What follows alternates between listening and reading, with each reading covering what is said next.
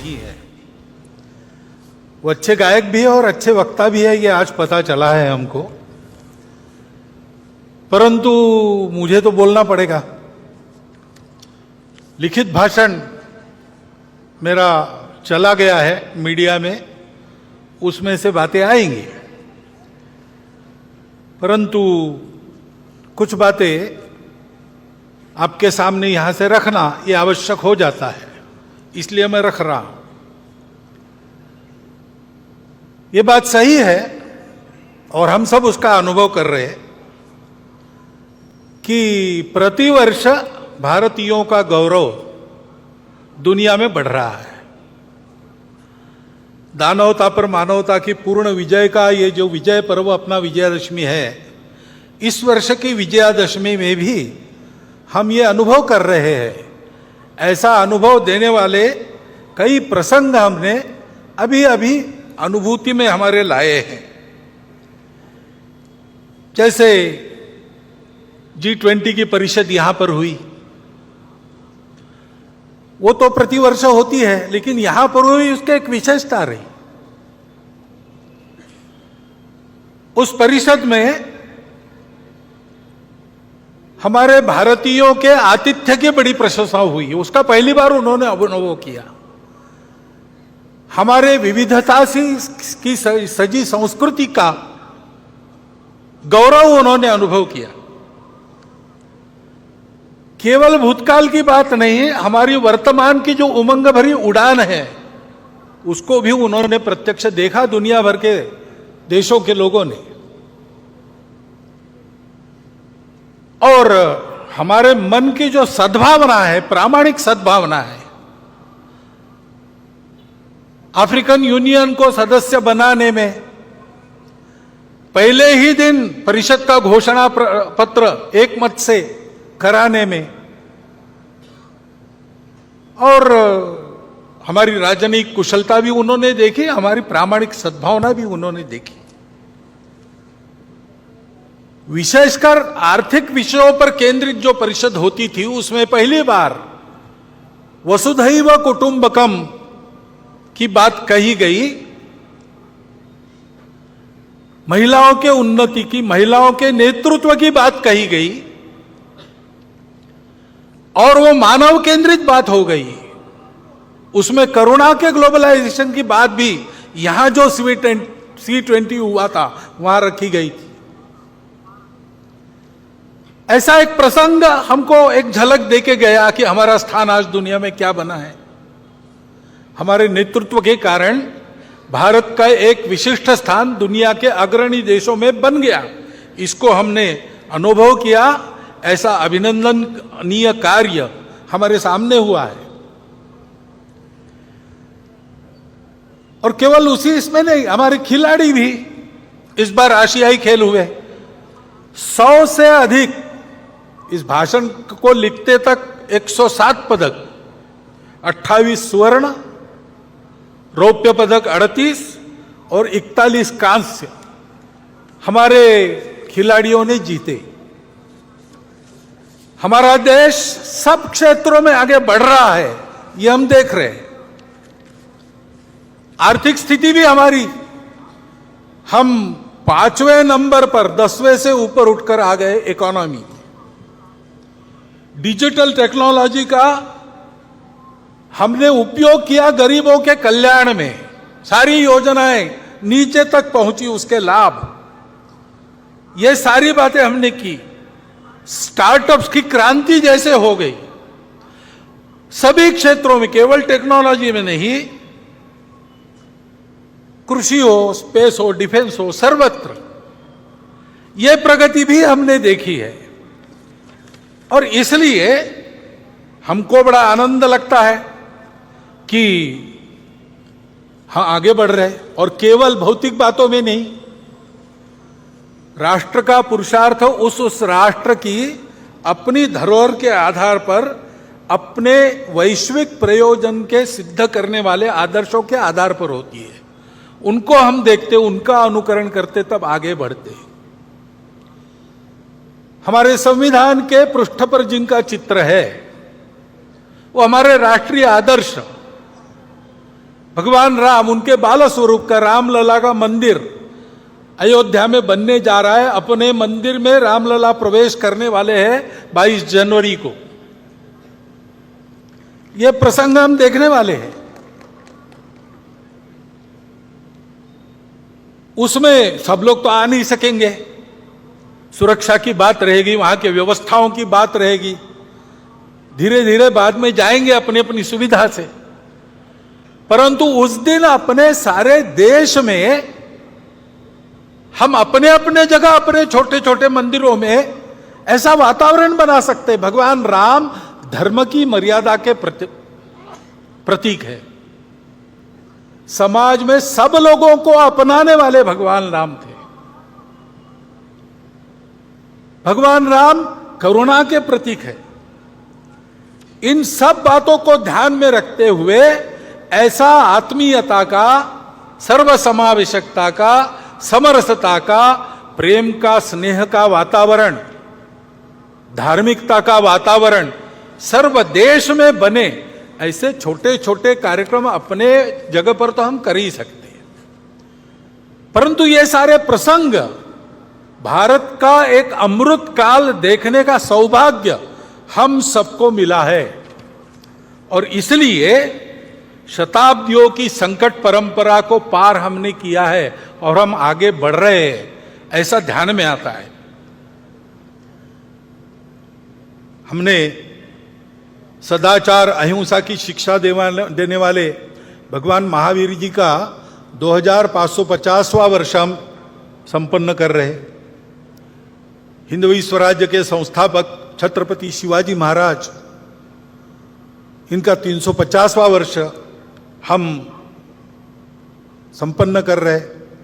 महर्षि दयानंद सरस्वती, जिन्होंने अंग्रेजों के गुलामी से मुक्त होने के लिए, योग्य बनने के लिए हमको फिर से अपने मूल की ओर खींचा और उसकी स्पष्ट और यथार्थ कल्पना दी। रूढ़ी कुरीतियों को बाजू रखकर वास्तविक अर्थ क्या है वो बताया। उनका 200वां वर्ष हम संपन्न कर रहे। ऐसे ही रानी दुर्गावती, भारतीय महिलाओं की शक्ति, उद्यम, साहस, धैर्य, बुद्धि, शक्ति, पराक्रम, प्रशासकीय कुशलता, प्रजाहित दक्षता, इसका परिचय देने वाली, उनका 500वां वर्ष। और साथ साथ भक्ति का परिचय देने वाली संत मीराबाई, इनका 550वां वर्ष। ये अभी हम संपन्न करने वाले हैं, आगे उनका वर्ष है। ऐसे ही अपने राजनीतिक प्रशासन की कुशलता के साथ साथ, प्रजाहित दक्षता के साथ साथ, जो अपने जीवन को सामाजिक विषमता के निर्मूलन के लिए लगा चुके, ऐसे कोल्हापुर के छत्रपति शाहू महाराज का, उनका भी 150वां जयंती वर्ष हम मना रहे। अभी अभी हमने संपन्न किया, तमिलनाडु में एक संत हो गए, वल्ललार जी, श्री रामलिंगम वल्ललार जी। उन्होंने अपने जवानी से ही स्वतंत्रता की अलग समाज में जगाना प्रारंभ किया।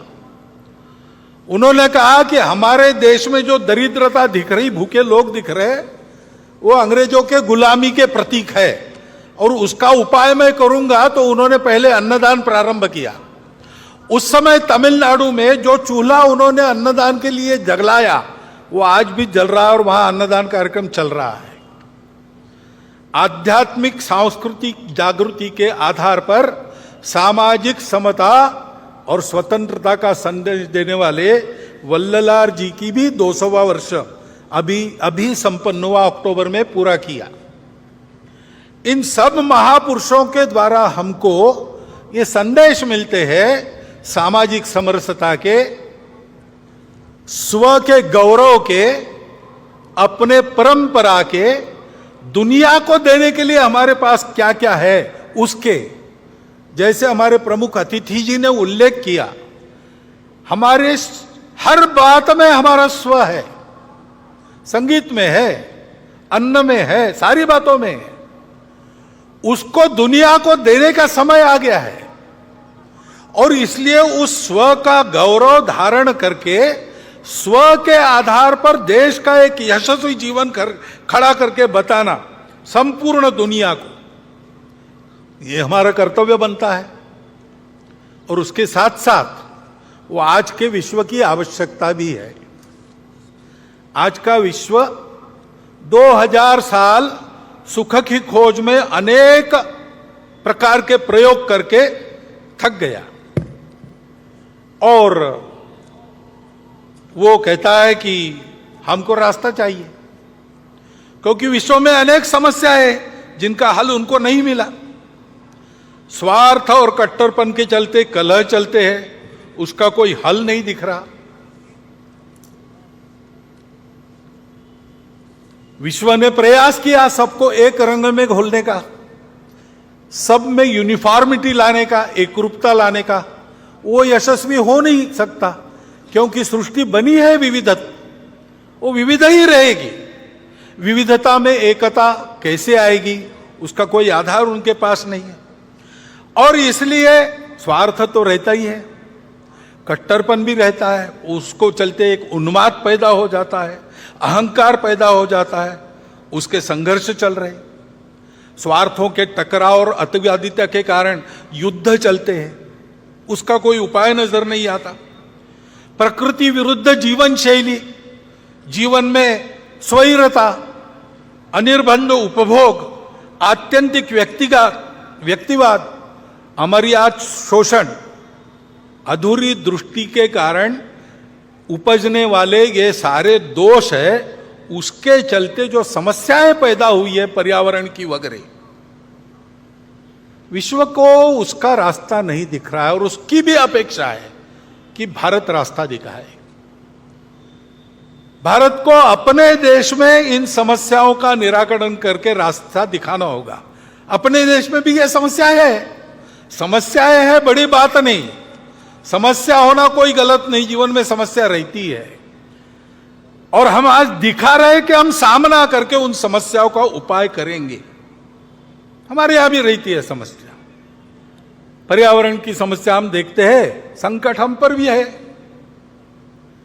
अभी हिमालय क्षेत्र में जोशीमठ में घटनाएं हुई, हिमाचल प्रदेश में घर धंसने लगे, उत्तराखंड में हुआ। पूरे हिमाचल क्षेत्र में ये जो प्रकृति का प्रकोप दिखता है, चर्चा करते लोग कि क्या होगा, यहां भी गड़बड़ हुई तो कैसे होगा, कोई बड़ा संकट आने वाला है क्या? आने वाला होगा तो होगा, लेकिन डरने की क्या बात है, उसका उपाय करने की बात है। महत्वपूर्ण क्षेत्र है, हमारी उत्तर सीमा इस क्षेत्र से बनती है। हमको सीमा सुरक्षा का भी विचार करना पड़ेगा। इस क्षेत्र में उत्तर भारत की सारी बड़ी नदियां जल लाती है, चीन को भी जल ले जाती है, दक्षिण पूर्व एशिया को भी जल ले जाती है। इस क्षेत्र का खराब होना, इसका मतलब हमारी जल व्यवस्था का खराब होना होता है। तो जल सुरक्षा का भी विचार करना पड़ेगा, पर्यावरणीय स्वास्थ्य का भी विचार करना पड़ेगा।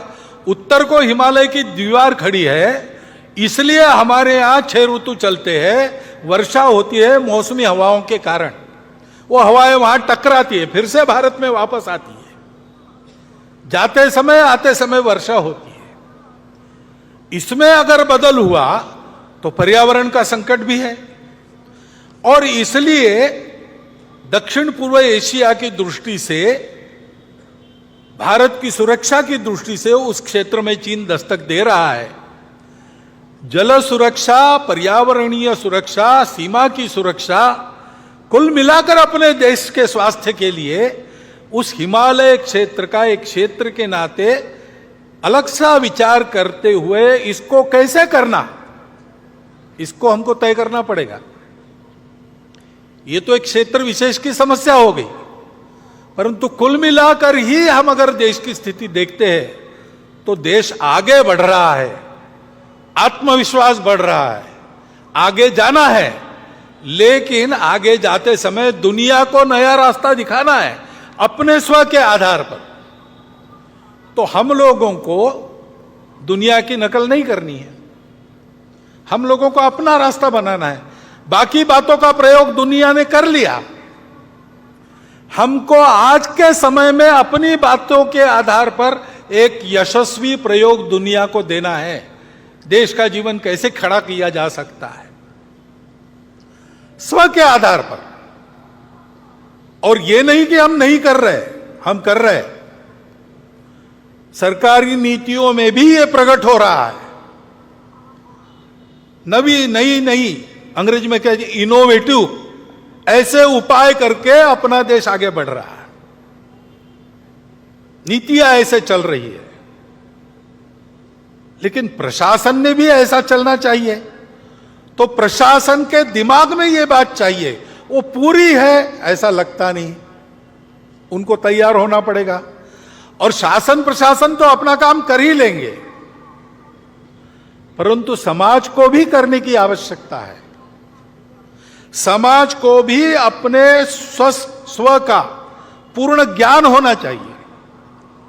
यह समझ में आना चाहिए कि हमारी सब बातों में हमारा स्व है, इसलिए हमारी कौन सी बातें काल सुसंगत है उनको रखना चाहिए। कौन सी ऐसी बातें दुनिया में चल रही जिससे हमको सीखना है, उसको हमको लेना है, परंतु देशानुकूल बनाकर लेना है। और कौन सी ऐसी बातें हैं जो हमारी अपनी है, वो समयानुकूल है कि नहीं, काल सुसंगत है कि नहीं, ये देखते हुए उनमें आवश्यक परिवर्तन करते हुए, जो काल बाह्य हो गई उनको छोड़ते हुए, हमको भी अपने आचरण को बदलकर आगे चलना चाहिए। क्योंकि संपूर्ण देश को आगे बढ़ना है तो शासन की स्व आधारित युगानुकूल नीति बन रही है, धीरे धीरे ही बनेगी। गलत नीति पर पोथी निष्ठता के कारण या भ्रामक कल्पनाओं के कारण इतना आगे चले गए थे, एकदम अबाउट टर्न नहीं हो सकता। ऐसे हम गए, अब धीरे धीरे मुड़ रहे, वो काम होगा, परंतु उसके साथ साथ हमको प्रशासन की तत्पर सुसंगत लोकाभिमुख कृति चाहिए। और हमारे लिए सबसे महत्वपूर्ण है समाज का मन वचन कर्म से सहयोग और समर्थन। इससे देश की स्थिति में परिवर्तन आएगा। आज की हालत में अपने मूल्यों पर हम खड़े होकर अगर परिवर्तन लाते हैं तो उससे दुनिया को नया रास्ता मिल जाएगा। अब ये हम करने लगे, लेकिन थोड़ा और एक बात का भी ध्यान रखना पड़ेगा। दुनिया में कुछ लोग हैं, भारत में भी कुछ लोग हैं जो नहीं चाहते कि भारत खड़ा हो, और इसलिए समाज में कैसे विभेद पैदा करना, समाज की सामूहिकता जो निर्माण हुई उसको कैसे तोड़ना, अलगाव और टकराव कैसे पैदा करना, ऐसा वो प्रयास करते हैं। अपनी असावधानी के कारण, अपने अविवेक और परस्पर अविश्वास के कारण हम भी कभी कभी उसमें फंस जाते और अप्रत्याशित उपद्रव खड़े हो जाते। क्योंकि भारत का उत्थान होगा तो कलह मिटेंगे, भारत का उत्थान होगा तो दुख जाएगा, शोषण जाएगा। इनके आधार पर अपने स्वार्थ का धंधा करने वाली दुनिया की और अंदर की जो ताकतें हैं, भारत बड़ा होने से उन पर मर्यादा आएगी।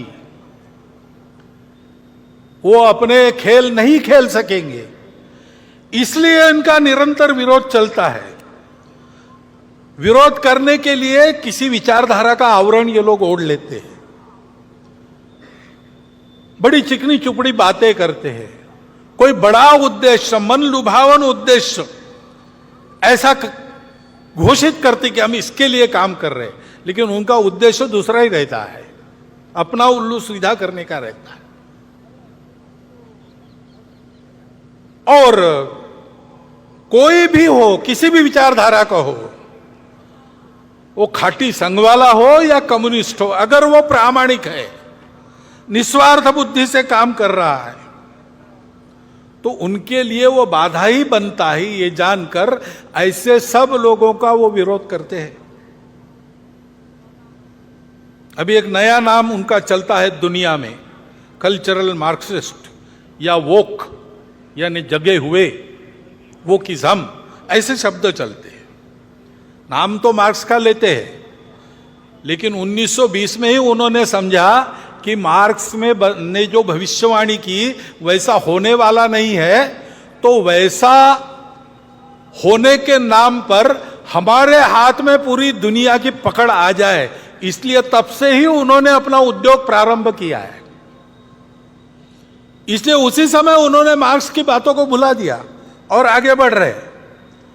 और आजकल वो जो कहते हैं और बोलते और बताते हैं, विश्व की सारी सुव्यवस्था का उनका विरोध है। विश्व में मांगल्य का, संस्कार का, संयम का उनका विरोध है। अनिर्बंध स्वैराचार का वो पुरस्कार करते हैं। ये पुरस्कार सहज हो जाए, जोर से हो जाए, इसलिए माध्यमों को और अकादमियों में अपना वर्चस्व स्थापित कर उनका उपयोग करते हैं। देश की शिक्षा को भ्रष्ट करते हैं, देश के संस्कार को भ्रष्ट करते हैं, राजनीति, सामाजिक वातावरण, इन सबको भ्रम और भ्रष्टता का शिकार बनाते हैं। असत्य, विपर्यस्त और अतिरंजित वृत्त के द्वारा ये भ्रम और द्वेष फैलाना, भय फैलाना आसान हो जाता है। उसके चलते जो झगड़े बनते हैं, उन झगड़ों में उलझाकर समाज को अपनी पकड़ में लाना, अपनी अधिसत्ता में फांसना, ये वो करते हैं। किसी भी राष्ट्र की जनता में ऐसी अनास्था, दिग्भ्रम, परस्पर द्वेष उत्पन्न करने वाली ये जो प्रणाली है ना, अपने यहां चाणक्य नीति में उसका नाम है मंत्र विप्लव। विष से एक आदमी मरता है, बाणों से एक को ही मार सकते हैं, लेकिन मंत्र विप्लव से प्रजा सहित राजा का नाश होता है, ऐसी उक्ति है। ये इन लोगों से हमको ध्यान रखना पड़ेगा, बचना पड़ेगा। राजनीतिक स्वार्थों के लिए अपने प्रतिस्पर्धी को पराजित करने की जो उद्योग चलते हैं, उसमें इन शक्तियों के साथ गठबंधन करने का अविवेक भी चलता है। यह अपेक्षित नहीं है, लेकिन होता है। और समाज में अगर आत्मविस्मृति है, समाज में अगर अनेक प्रकार के भेद है, आपस में लड़ाई है, स्वार्थों की प्रतिस्पर्धा है, ईर्ष्या है, द्वेष है, तो फिर उनका काम आसान हो जाता है। और इसलिए इन आसुरी शक्ति को बल न बढ़े, ऐसा हमको देखना है। हम इधर उधर की घटनाएं देखते हैं तो ये सहज बात ध्यान में आती है कि ऐसा कुछ है। अभी मणिपुर की परिस्थिति को लेकर अभी शांत हो रही है, लेकिन ये आपस में झगड़ा कैसे हुआ? बहुत वर्षों से वहां मणिपुरी मैतेई और मणिपुरी कुकी वो साथ में रहते हैं, अचानक कैसे झगड़ा हुआ? सीमा लगत क्षेत्र है वो भारत का, वहां पर ऐसा होना, वहां पर अलगाव की बातें खड़ी होना, वहां पर ऐसे आपस में झगड़े होना, इससे किसका फायदा है? बाहर की शक्तियों का भी फायदा है। बाहरी लोग थे क्या करने वाले? मजबूत सरकार है और तत्पर भी है। स्वयं गृह मंत्री वहां जाकर बैठे 3 दिन, और मिनिस्टर जाके वहां 15-15 दिन रहे, सारा प्रयास किया। वहां की सरकार चाहती नहीं, देश की सरकार प्रतिबद्ध है। ऐसे होकर भी चलता रहा, क्योंकि शांति का प्रयास होता है और सफल हो रहा, ऐसा देखते देखते ही कोई हादसा करवा दो तो फिर से दूरी बढ़ती है, फिर से द्वेष बढ़ता है। ये करने वालों के पीछे कौन थे? ये गुस्सा भड़काने वाले लोग कौन थे? ये हम देखते हैं तो ध्यान में आता है कि इसमें ये हो नहीं रहा है, ये कराया जा रहा है। और इसलिए बहुत काम करना पड़ेगा, बहुआयामात्मक काम करना पड़ेगा। वहां लोगों के मन टूट गए। केवल शांति का प्रश्न नहीं, अब समाज को जोड़ने का भी प्रश्न है। संघ के स्वयंसेवक पहले से अंत तक वही करते रहे, आज भी कर रहे हैं। सबकी सेवा कर रहे हैं, समदृष्टि से सबको देख रहे हैं, सबके पास जा रहे हैं, सबसे बात कर रहे हैं शांति रखने की। और ऐसी परिस्थिति में भी समाज में टूटन पैदा न हो, इसके लिए उस परिस्थिति में भी अपनी जान हथेली पर रखकर काम कर रहे हैं। स्वयं को उस उकसावे में, उस भड़काने वाली परिस्थिति में दिमाग पर बर्फ रखकर उन्होंने काम किया है। हमको उन स्वयंसेवकों पर गर्व है, जैसा काम उन्होंने मणिपुर में किया।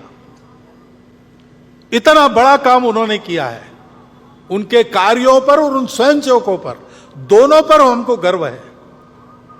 लेकिन वहां सबको काम करना पड़ेगा।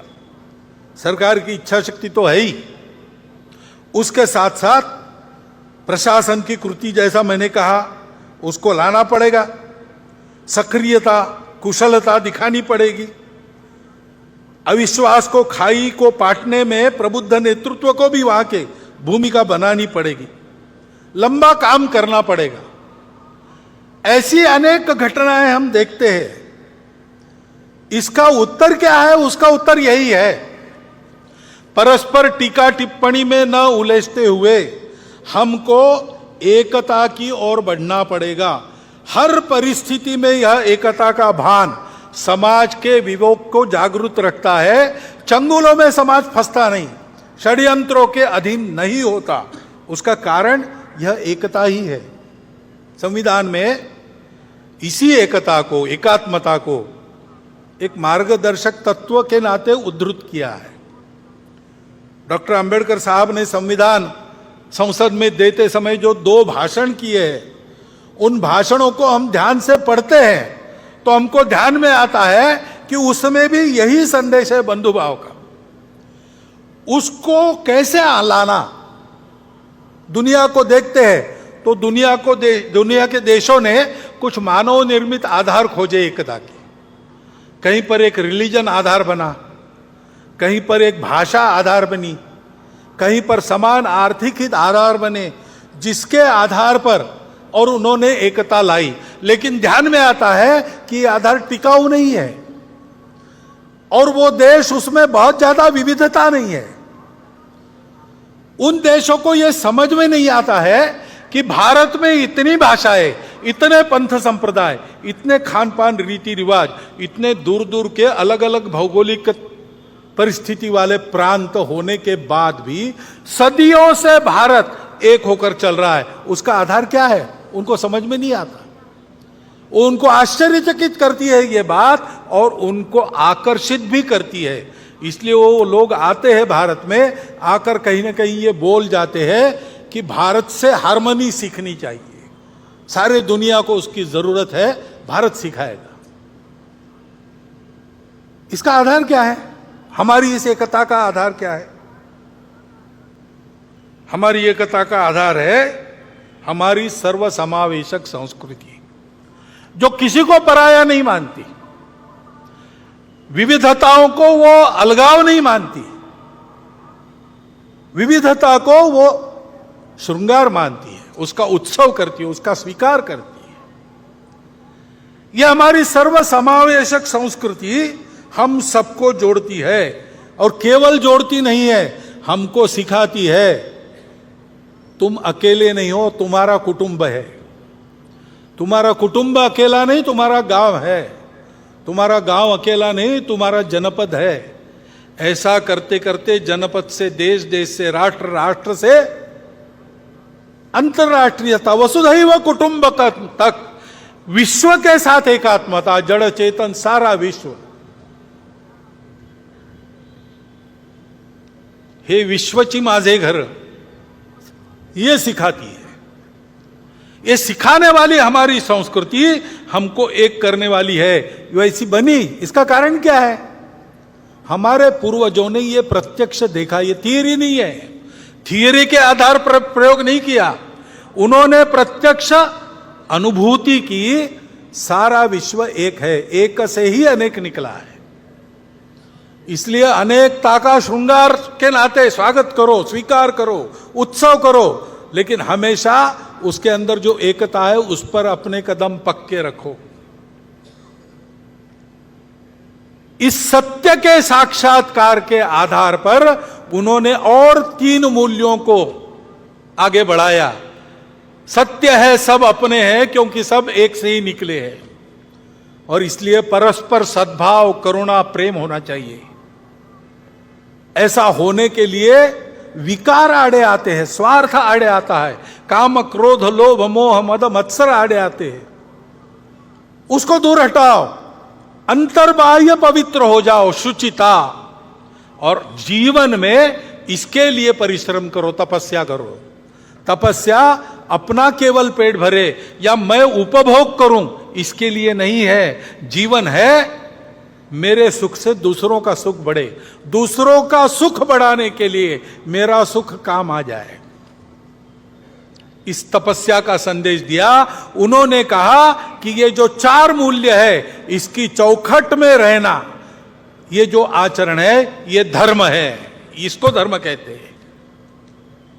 सत्य, करुणा, तपस और शुचिता, इस धर्म के आधार पर जो आचरण करना है वो तो बुद्धि से नहीं होता, वो आदत से होता है। और इसलिए आदत बनाने वाले संस्कार जिसमें है, ऐसी जीवन पद्धति दी, उससे हमारा स्वभाव बना। पीढ़ी दर पीढ़ी छोटी छोटी कृतियों में से उस आदत का हम अभ्यास करते हैं और एक स्वभाव वाले बनते हैं। वो हमारी संस्कृति है। उत्तर से दक्षिण, पूरब से पश्चिम, अखंड भारत में, जो अखंड भारत था उसमें आज भी कहीं भी जाओ एक आपको रीति मिलेगी। दुकान में जाएंगे, आप कुछ खरीदेंगे तो ऊपर से मुट्ठी भर वैसे ही डाल देंगे। चावल खरीदा 1 किलो, 1 चिमटी और डाल देगा। आम खरीदे 100, 5 ऊपर मिल जाएंगे, उसका पैसा नहीं देना पड़ता। वो क्यों मिलता है?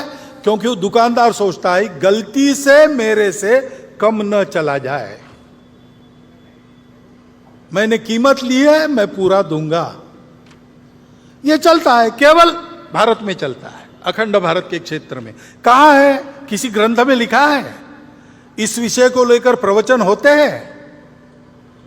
ये पीढ़ी दर पीढ़ी हर घर में, हर गांव में आदत लगाई गई, वो चल रही है। उससे हमारा ये स्वभाव बना है, ये हमारी संस्कृति है।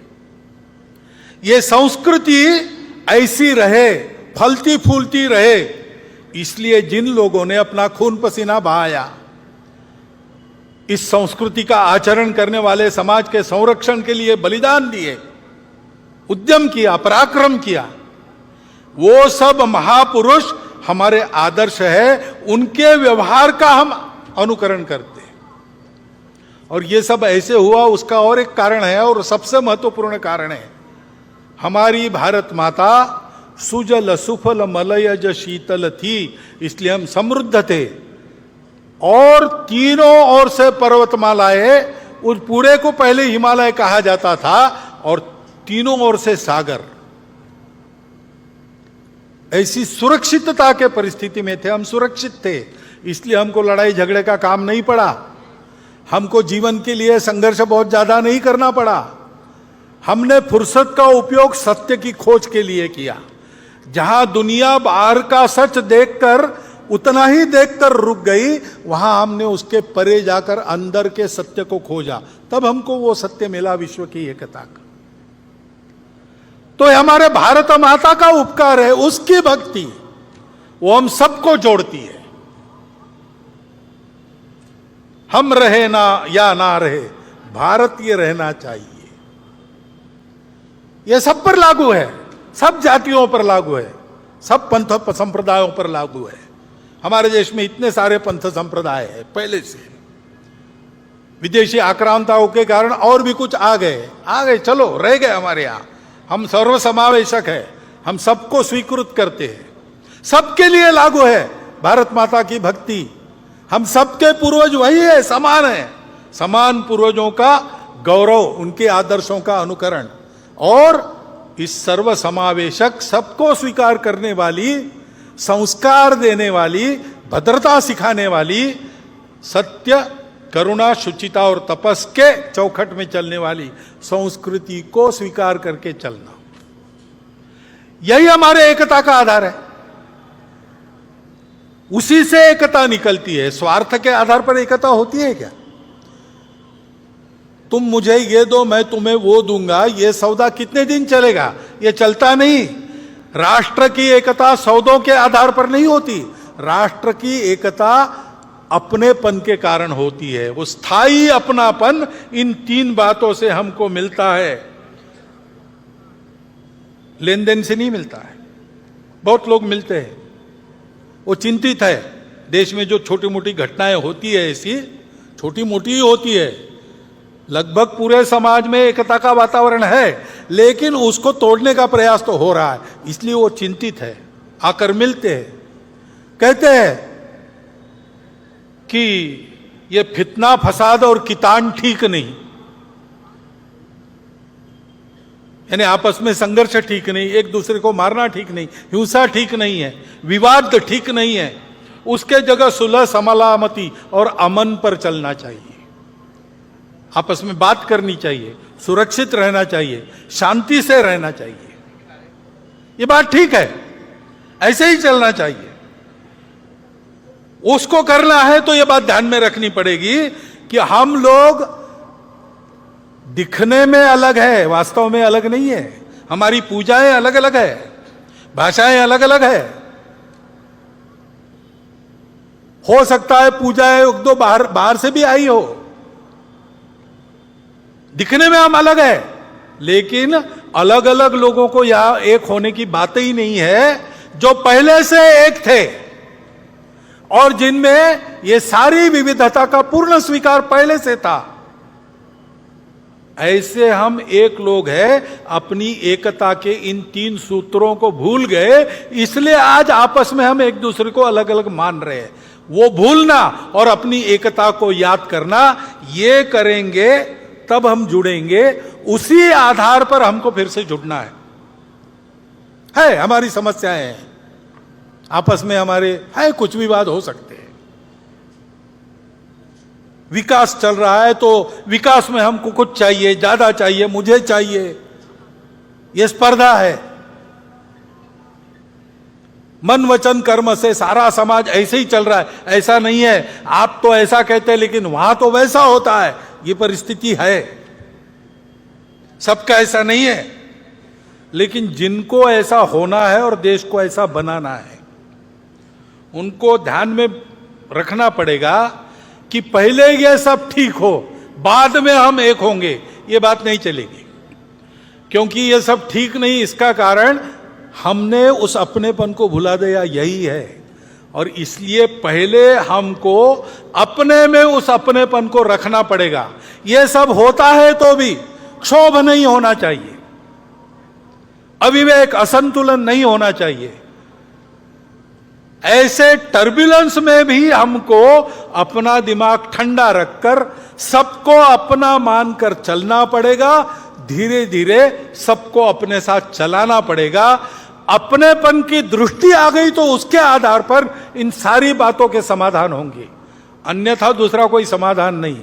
ये बातें उपायों से नहीं ठीक होती, व्यवस्थाओं से ठीक नहीं होती।